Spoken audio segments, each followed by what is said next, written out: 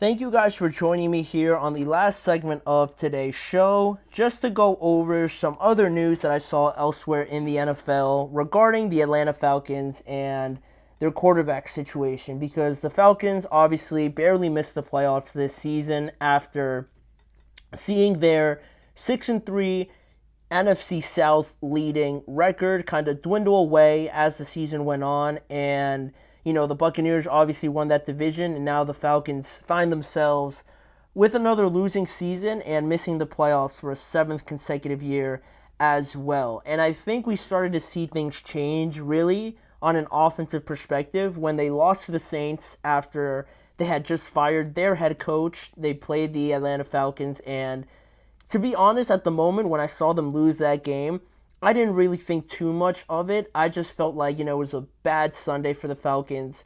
It's not really going to matter. Just the way they had been playing leading up until that game, I thought, man, this looks bad, but their offense is going to be all right. The way that it was playing leading up until that game. But obviously, I didn't know that loss to the Saints was going to start a 4-game losing streak for the Falcons that was mainly centered around Kirk Cousins and their offense, basically, because I know their defense wasn't very good, and that really was evident throughout the entire season, but you could cover it up a little bit when the way their offense was playing. You could cover it up, like I said, because of the fact that if you're able to put up enough points, you could just simply outscore teams. And the defense might have to make maybe one stop or two here or there, but the way the offense was playing, it masked it a little bit. And then when they went on this 4-game losing streak, you really got to see how deficient this defense was, and the offense just out of nowhere, just falling off a cliff, basically. They just weren't the same. Again, centered around Kirk Cousins, it felt like. And that was week 10 to week 14, and we saw the worst version of Kirk Cousins from that point on, which led to a lot of pressure being placed on the Falcons to kind of do something to save their season. The noise around Michael Penix became louder and louder until you got to, what was it, week 15 or something like that, when they still beat the Raiders, but it was only 15-9, and the Falcons decided to go to Michael Penix. And from that point on, they didn't look back, obviously, and through his 3 games that he played, he won the first one against the Giants, then he lost in the next 2, but you could clearly tell that the offense was looking a lot different. It was looking a lot better, more explosive, and it met everybody's expectations to what they thought this offense was going to look like, with Drake London, Darnell Mooney. Kyle Pitts was used a lot more. Bijan Robinson was doing his thing. Tyler Algier as well. It looked and it met the ceiling of what this Falcons team could really be, more so than it did with Kirk Cousins off of that Week 10 loss, and then going forward after that, the offense kind of lost its way, and they found it again through Michael Penix. They scored at least 24 points in each of the games that they started with him. So now it looks pretty clear that this is Michael Penix's job now, right? And many assumed after, we saw that, decision being made, and that realization also from the Atlanta Falcons that they looked to have their future starting quarterback in Michael Penix, that they were going to try and trade Kirk Cousins because of a result of that, right? But their general manager, Terry Fontenot, put the brakes on that all yesterday when he met with the media, and he said the following. He said, we are very comfortable moving forward with Kirk as our backup.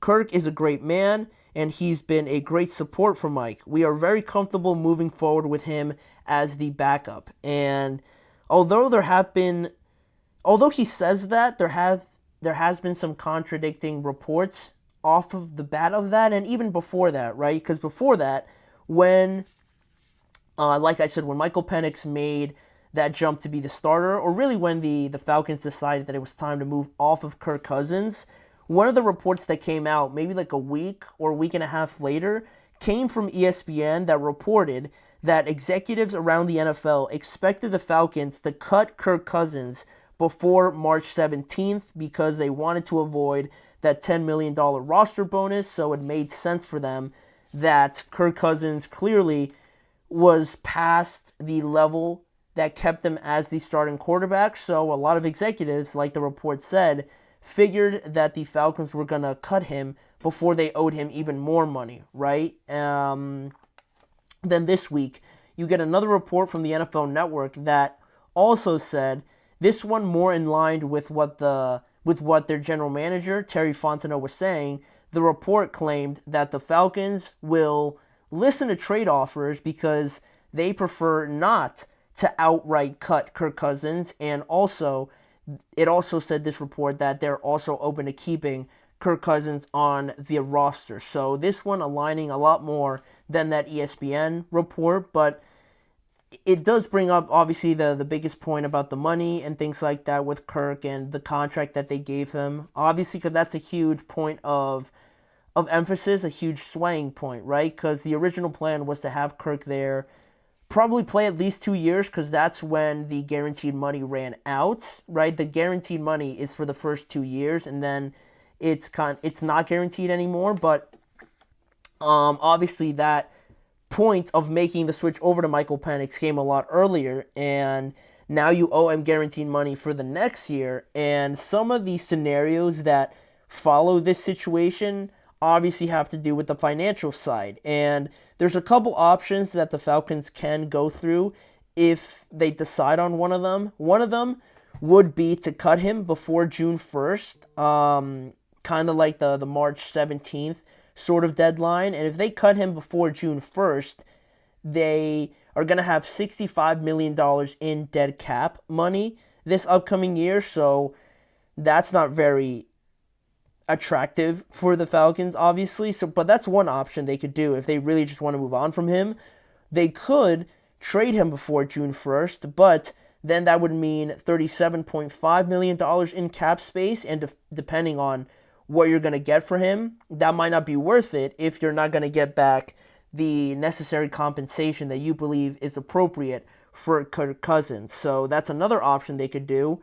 Another thing they could do is release him after June 1st, but that would result in just kind of spreading out the money over 2 years rather than just paying it all up front. They would have $12.5 million in cap space. Oh, no, excuse me, I'm looking at the wrong thing. They would have $40 million in dead cap this upcoming year, and then $25 million in dead cap in 2026 if they cut him after June 1st. If they trade him after June 1st, they would still owe $12.5 million in dead cap and $25 million in 2026. So they'd have, it would just be spread out, but they would have $27.5 million in cap savings in 2025 if they trade him after June 1st. But it could get a little bit tricky then, because you're talking about after the draft, and teams kind of have an idea of what their team is sort of going to look like. So to kind of find value after June 1st, after some teams have drafted a quarterback, maybe you find some more after some other teams miss out on a quarterback, but at that point, you might not have the same sort of compensation for him as you might have around March or in April or something like that, right? That could be something they could consider, but also they could just keep him, like their general manager said. So in terms of that, I mean, it doesn't sound like an awful idea. I think it could be their only option when I come to think of it, just because you think about the contract, obviously, and the money is a big thing. The amount of money you could save by trading him or cutting him and everything like that, all the numbers I just threw out at you guys are obviously going to be impactful. But I think it also has to do with the level of play he's shown. Who's going to want to trade for that, right? Who's going to want to bring him in? Maybe as a starting quarterback, is anybody going to be able to do that and think that way, right? Especially paying that amount of money is going to be something that teams are really going to have to consider. So should they keep him? I think if without everything else and without any of the other money and things like that, that's tough. I was going to say I wouldn't, but if we're not going to bring in money, then he's a quality backup, I guess. But I guess you can't take away the money. So that's going to stay. So talking about his contract and things like that and really looking at the landscape of it all, I think keeping him should be something that probably they are going to really wrestle with, and they're probably going to end up doing, if I were to guess. Just because it's so fresh off of this season, right? Playing as bad as he did, and then the next season somebody else trades a decent amount for him and has him on their roster, I think that's a bit too quick. So should they keep him? I think they probably will do that just because of the circumstances that they find themselves in with him. But, you look at other teams and you look at maybe a place like Cleveland, that whole situation with Deshaun is in a place where I didn't think it could get to. I didn't think it could get any worse, but it apparently did today when he re-ruptured his Achilles, so now he could miss the entirety of next year. I'm going to talk about that more next week, but yeah, Cleveland could be somewhere, but they're already giving a lot of money to him. Are they going to fit that contract in with Kirk now? Doesn't seem smart. You look at a place like San Francisco, they say they want to give an extension to Brock Purdy, but maybe they have an insurance come in with Kirk if they're not able to do that. That could be another option. The Raiders need a quarterback. They've needed one for a while. Are they going to be able to trade up for one or maybe draft one in the draft? That's something else that could affect that decision. That's a team to watch out for. Both of the New York teams, I don't think Aaron Rodgers is coming back. And the Jets, what is going to be their plan at quarterback, right? They're going to need one. And like I said, they're not going to bring Aaron Rodgers back, so you're going to try and find somebody to kind of give you that same production. It's not so easy just picking someone off the street. So that could be a viable option for them. And the other New York team, right, the Giants, they're in a position to draft one, but maybe you don't. You draft Travis Hunter and you try and build around Kirk or something like that if they feel that's appropriate. I don't know. I wouldn't want to do that if my team was in that position, and I like the Steelers, and they very well could be in the running for a situation like that, right, depending on what happens with Russ. But I personally wouldn't want to do that, but you never know with the circumstances and how teams operate this offseason, right? A lot of things could happen to a roster that maybe it looks enticing, that bringing on Kirk Cousins could be a good option for them. But at this point in time, it does feel like he is going to stay on the Falcons just based on his play, and the money obviously is a big swaying point. But let me know what you guys think about that. Where do you guys think Kirk Cousins will end up in 2025? And while you guys do that, that brings us to the end of this show, and I want to thank you guys for joining me on today's episode. Please remember to like, follow, and subscribe to the Chip Shot Football Podcast, as well as following the network on all forms of social media. If you want to see more of this show specifically, you can go to the Sports Network channel and the Podcast Network channel on YouTube for more content around the Chip Shot Football Podcast, more coverage around the NFL, more breakthroughs, previews, breaking news, discussions around the league, everything with me, Manny Maradiega, as your host.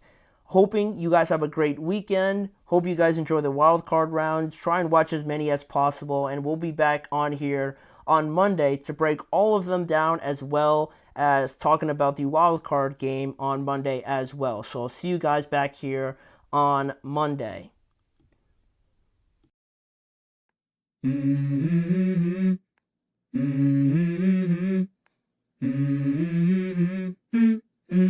Let's go.